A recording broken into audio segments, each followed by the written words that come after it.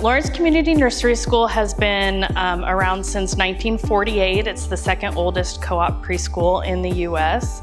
Started by a group of parents that wanted to raise their kids in a community. They wanted an inclusive interracial school, and they said, we'll just do it ourselves. So they actually bought this space we're still in 1956.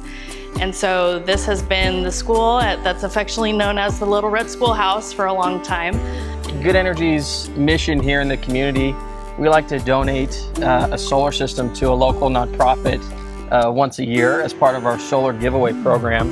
And part of how we pick who receives these solar systems is part through a nomination process.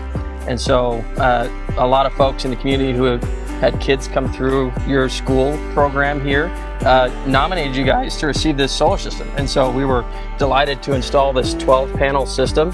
So it will produce roughly 10,500 kilowatt hours of power each year, which translates to about $1,200 per year in utility bill savings. So we're really excited to allow you guys to realize those savings and help churn those funds into supporting your mission.